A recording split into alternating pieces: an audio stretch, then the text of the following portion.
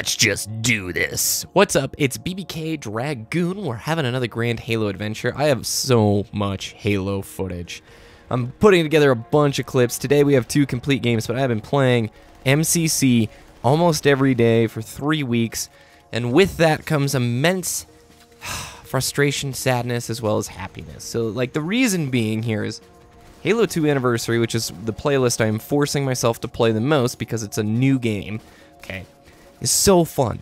When I get into matches and people don't quit out, it's so fun. You know what stinks is, like, there's a really great multiplayer game here, but there's still surrounding matchmaking BS that is so annoying. That it's just people quitting out of matches, having to wait 5 to 6 minutes in between every single game. The fact that parties can't stay together, and I mean parties of people when you play, not your friends, but I'm talking about when you play other people and the match ends, you don't get to stay in that lobby and rematch them for whatever reason.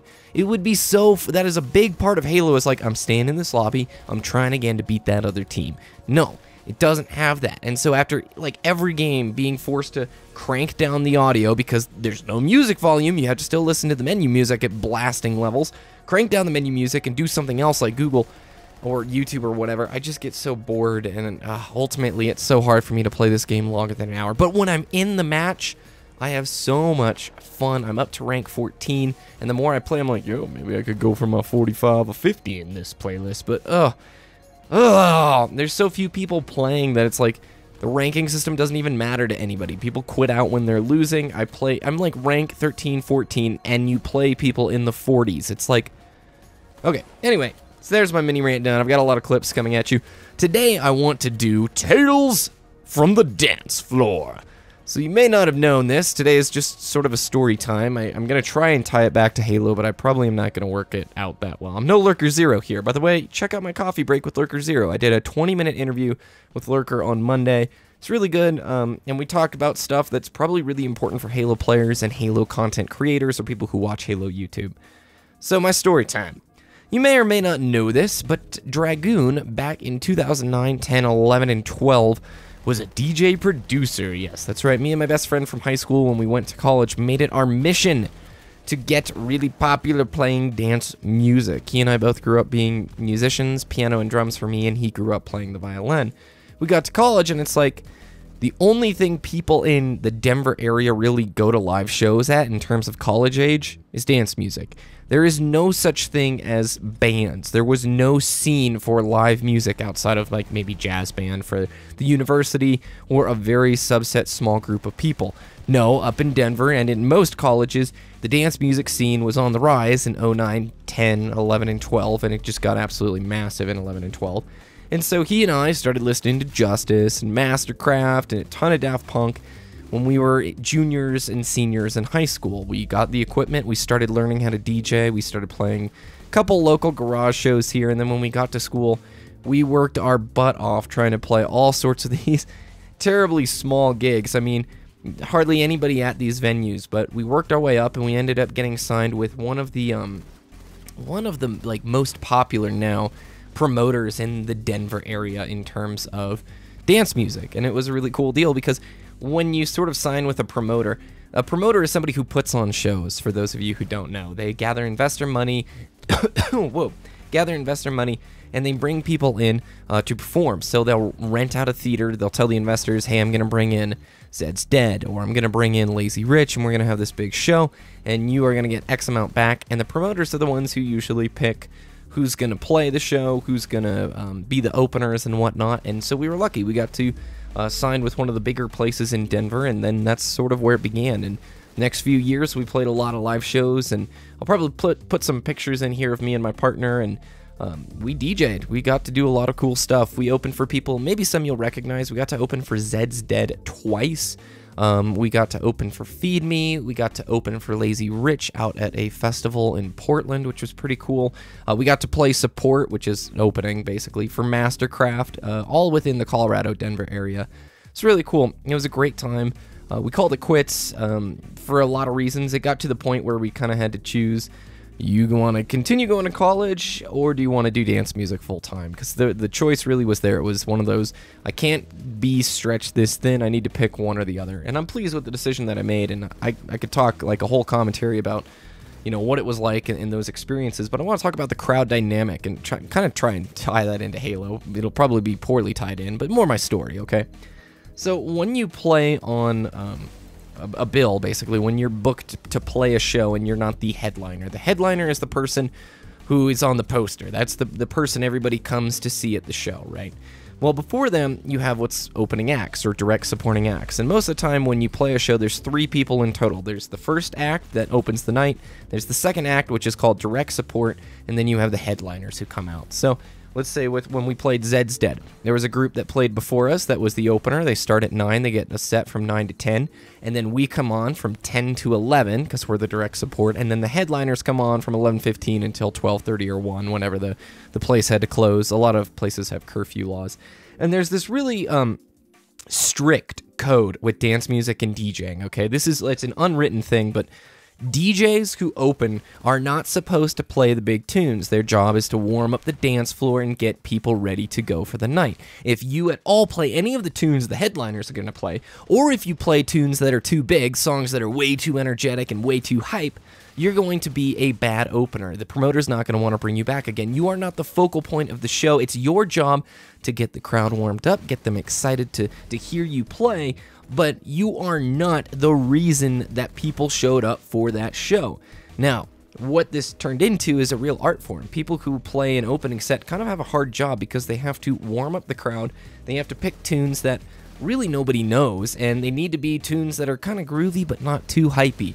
The headliner gets to just play every giant jam in the book as long as they want and as loud as they want because everybody paid a ticket to see them. They're there to see whatever the headliner is really going to pull out. There was a certain show when we opened for Feed Me, who some of you may know. His name is Spore. Like, he's a producer from London. We played the first opening slot, my group, and then the second opening slot was this guy who played every giant tune in the book, okay? He played Flux Pavilion, Bass Nectar, he got some Skrillex in there, all these giant tunes that a opener should never play. It was one of the most, it's one of those, you don't do it. It's so rude, and the promoter was livid because when Feed Me got on stage, Feed Me played a relatively conservative house set, and everybody in the crowd, if you don't know, the Denver scene is obsessed with dubstep, and we're not dubstep DJs, and I can talk about that too, but Feed Me played a relatively suppressed, mellow set, and so the crowd did not get into it. They never really got on board to the degree that Feed Me wanted or the headliner should have. Why? Because the direct support, the opening act, took all the huge tunes and just totally stole the thunder of the headlining act. Needless to say, that player did not get invited back to that promoter's events anytime soon. There's a really interesting dynamic that shows up here because some of the best sets I've ever heard are from opening DJs, not the actual headliners. Headliners can get away with playing anything they want and kids go nuts. Like, that's how it works. The people are there to see the headliners, they lose their minds. But if the opening DJ is picking like the best tracks, doing these great transitions and really mixing well, it's so impressive to other DJs, but what's interesting is the crowd never gets into it. From 9 to 10 at night, the first opener never gets people really bouncing their hands in the air or screaming or yelling, because that's not what you do. That's not what the crowd does. The crowd plays such a big role in DJing. It's amazing, okay? Like, the crowd can influence one another. If maybe 3 or 4 people are dancing in the room and they're really getting into it with the opening DJ, they're oddities. They're like anomalies. They're the rare occurrences. Everybody else is kind of being like scenesters. That's not what you do. They're looking around at each other seeing, yo, we don't really get into it yet. We got a few hours before we really get into this. But then when you get to the direct support, the people who open right before the headliners, people are starting to look around and more folks are dancing and they're doing kind of what the crowd is doing. They're doing kind of what the crowd is doing and getting involved in that hype. And then the headliner comes out, and it doesn't matter what they play because the whole crowd is hyped to like just ridiculous hype levels, okay? So everybody's going nuts regardless of what's happening on the stage. And I think we kind of see a similar thing with the marketing for games. Yes, I'm trying to wrap it around full circle. I really just want to share with you my dance story there, but when games get closer and closer to release, people start looking around, they see all the media, they see all the YouTube, they see all the hype, and they get really stoked for the game. They're like pulling their hair out, They're ready to go. This is going to happen again with Halo 5, but I want to encourage you, don't pre-order Halo 5. If you're going to get the game, buy it on day one or buy it digital download on day one. Don't give them your pre-order money. I was not on board with the hashtag SaveMCC first movement until B. Dobbin's latest video, in which he clarified the message is simple. Do not pre-order Halo 5. He's not saying don't get it. I'm going to get Halo 5, but I'm not going to pre-order the game. It's the principle of the matter. I'm not going to give them the money for the title before it's out. Wait for day one, watch some reviews and see how it is, and then make your choice. That's what is important here. I'm going to buy the game on day one, but I'm also going to look at reviews first and make my choice. I'm a Halo YouTuber, so I'm probably just going to get the game outright, but I will not pre-order it. I'm not going to get involved in that crowd hype. I'm not going to do that, okay? As the headliner gets closer and closer, it's much harder to be that one or two people in the crowd who aren't really dancing or losing their mind to some whack tracks that the person could be playing. I mean, I've heard some headlining sets that just really disappointed me, but it doesn't matter. The crowd's going nuts, and it's the whole dynamic. It's the event of being there. So that's how I'm going to tie it into Halo, and that's really a loose thread, I know, but it keeps it a little bit relevant to what's going on with the gameplay on the screen. But I hope you enjoyed. If you want to hear more stories from the dance floor, please let me know, because I have some insane stories from the years that we were DJing. And in fact, I have a spring dance mix that's going to be coming out here within the next week or so. I'm going to announce it on social media as soon as it goes out. I'm making this mix with all the latest and hottest new dance and electronic tunes. Maybe you don't like that music, but I know a lot of gamers like to listen to it. I am making it specifically with gamers in mind, something that you can jam out to while you game or get ready for spring and the whole summer festival season. There's a lot of great music coming out right now, and it's something I'm passionate about, and I just wanted to share that side of me with you. A lot of my new subscribers probably have no idea, and I'll probably talk a little bit more about that stuff coming up. Anyway, I hope you all enjoyed. Have a really great rest of your day. And Dragoon, we'll see you next time. I like the thruster pack, and I like the way they balance sprint.